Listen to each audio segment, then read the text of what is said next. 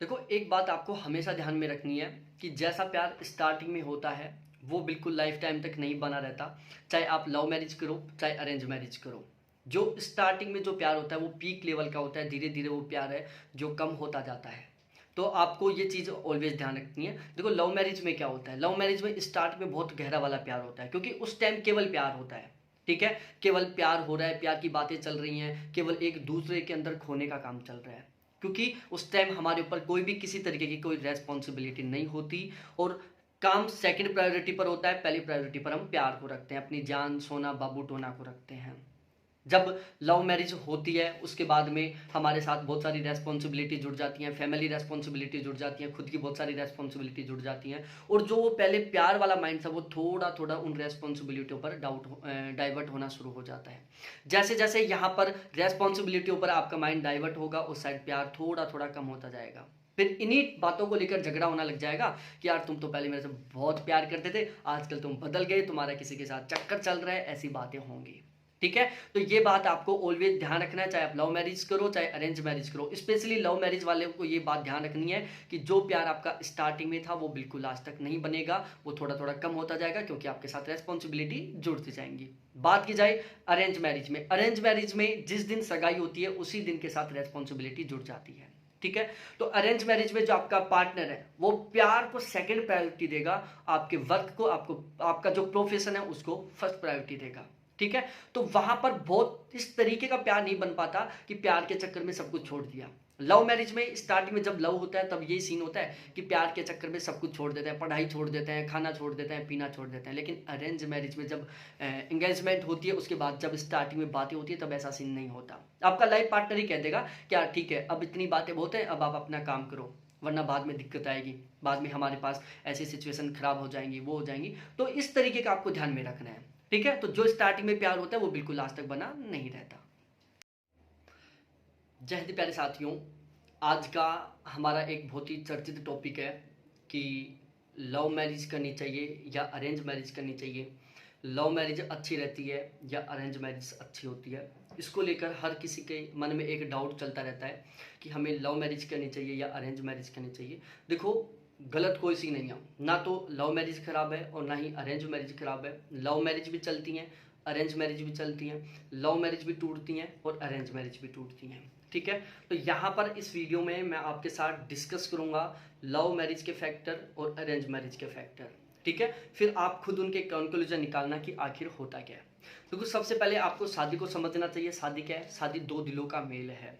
ठीक है, और आपका जो लाइफ पार्टनर है, जो आपका जीवन साथी है, वो एक ऐसा कैंडिडेट होगा आपके लिए जो लाइफ टाइम आपका साथ निभाएगा। ठीक है, जो आपका सबसे घनिष्ठ होगा, उससे ज़्यादा घनिष्ठ आपकी लाइफ में कोई नहीं आने वाला। ठीक है, अब मैं एक छोटी सी कहानी सुनाता हूँ आपको, एक छोटा सा शायरी सुनाता हूँ मैं कि जीवन में हर एक ज़रूरत को पूरा करना बहुत ज़रूरी है। इन ज़रूरतों में बहुत ज़्यादा ज़रूरी ज़रूरत को पूरा करना कहीं ज़्यादा ज़रूरी है, और इन सभी ज़रूरतों को पूरा करने के लिए एक अच्छा लाइफ पार्टनर मिलना कहीं और भी ज़्यादा ज़रूरी है।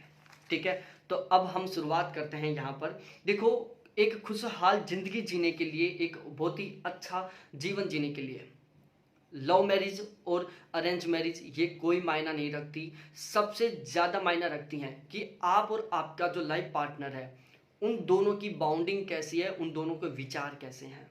ठीक है, बहुत सारी लव मैरिज हैं जो स्टार्टिंग में बहुत गहरे प्यार में रहते हैं। वो अपने आप में ऐसा समझते हैं कि हमारे जितना प्यार कोई कर ही नहीं सकता इस दुनिया में, हमारे बीच में कभी झगड़ा नहीं होगा, और उनके भी बीच बाद में क्या होता है, डाइवर्स हो जाता है, उनके भी तलाक हो जाते हैं। ठीक है, और बहुत सारी अरेंज मैरिज भी ऐसी होती है जहां पर दोनों कैंडिडेट आपस में कभी नहीं जानते, उनकी कहीं कहीं आपस में सोच भी नहीं मिलती थी, लेकिन शादी के बाद में उनका जो लाइफ है वो इतना गजब का चलता है कि ना तो उन्होंने कभी ऐसा सोचा था और ना ही किसी और ने ऐसा सोचा था। ठीक है, तो शादी के बाद का जो आपका जो जीवन है वो बहुत अच्छा रहे, बहुत अच्छी आपकी शादी की लाइफ जाए, ये सबसे ज़्यादा डिपेंड करता है आपके और आपके पार्टनर के विचारों पर। ठीक है, जैसे पहले थे वैसे बाद में है, या फिर जैसे बाद में वो पहले हैं। देखो, शादी के बाद में या जीवन में कहीं भी हमें कहीं ना कहीं यदि हमें अच्छा रहना है, हमें खुशी का जीवन जीना है, तो हमें कॉम्प्रोमाइज़ भी करना होता है। ठीक है, बहुत सारी जगह ऐसी आती है जहाँ हमें 100% कॉम्प्रोमाइज़ करना होता ही है। क्यों? एक अच्छा जीवन जीने के लिए। ठीक है, देखो खुशहाल जीवन जीने के लिए सबसे ज्यादा जरूरी है प्यार, इज्जत और विश्वास, इन तीनों चीजों का मिलना। प्यार, इज्जत और विश्वास, और ये तीनों चीज मिलने के लिए ना तो लव मैरिज जरूरी है और ना ही अरेंज मैरिज जरूरी है। ये जहां पर है, चाहे वो लव मैरिज हो चाहे अरेंज मैरिज हो, उनका जीवन बिल्कुल खुशहाल रहेगा, उनका जीवन बहुत ही अच्छा रहेगा। क्योंकि यदि आपका पार्टनर आपकी इज्जत कर रहा है, आपकी फैमिली की इज्जत कर रहा है, कहीं कोई दिक्कत नहीं आएगी। आप अपने पार्टनर की इज्जत कर रहे हो, उसकी परिवार की इज्जत कर रहे हो, तो लाइफ में कहीं कोई दिक्कत नहीं आएगी। आप अपने पार्टनर पर विश्वास कर रहे हो, आप अपने पार्टनर से प्यार कर रहे हो, कहीं लाइफ में कोई दिक्कत नहीं आएगी, बहुत अच्छी लाइफ निकलेगी। ठीक है, अब देखो मैं लव मैरिज और अरेंज मैरिज को लेकर हमारे मन में क्या क्या विचार होते हैं ये मैं आपको बता देता हूँ। देखो लव मैरिज में क्या होता है, हमारे मन में विचार होते हैं कि लव मैरिज करेंगे, हम आपस में पहले से एक दूसरे को अच्छे से जानेंगे। ठीक है, जब हम लव मैरिज करते हैं तो आपस में एक दूसरे को बहुत अच्छे से जानते हैं, एक दूसरे की पसंद और नापसंद के बारे में जानते हैं, एक दूसरों की भावनाओं के बारे में जानते हैं। लेकिन जब बात आती है अरेंज मैरिज को लेकर, तो दिमाग में क्वेश्चन बनता है कि जब हम अरेंज मैरिज करेंगे अपने किसी एक ऐसे पार्टनर के साथ, एक ऐसे कैंडिडेट के साथ जिससे हम पहले लाइफ में कभी ना तो मिले थे, ना कभी उसके बारे में हम जानते, और उसके साथ हम शादी करेंगे।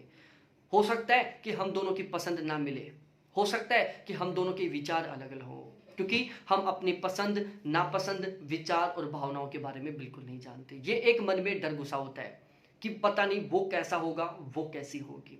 देखो मैं एक छोटी सी कहानी बता देता हूँ आपको। जब हम लव मैरिज करते हैं तो डायरेक्टली तो ऐसा होता नहीं कि कोई लड़की दिख गई उससे डायरेक्टली हम शादी कर लिए। प्यार भी ऐसा नहीं है कि तुरंत हो गया।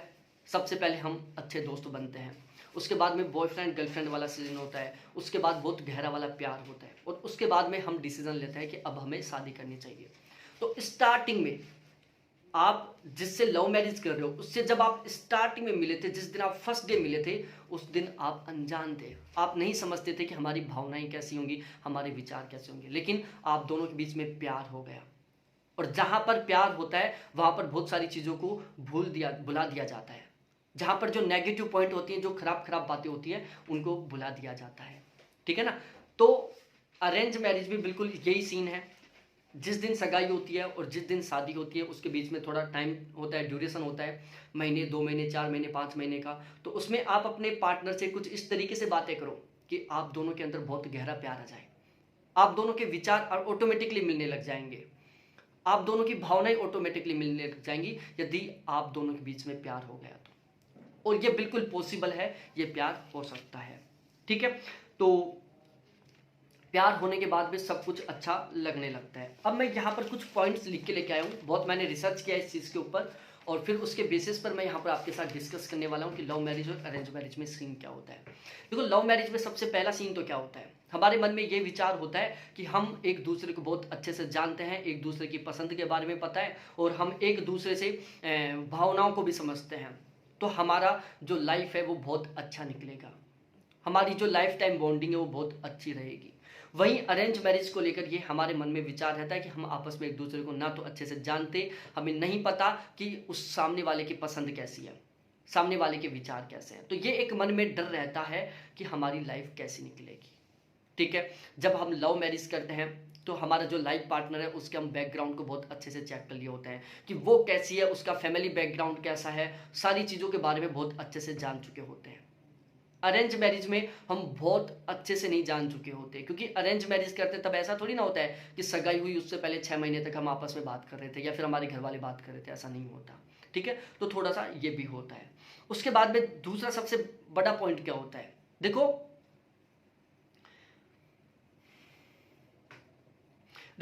भारत में जो 75% जो लोग हैं वो अरेंज मैरिज में विश्वास करते हैं।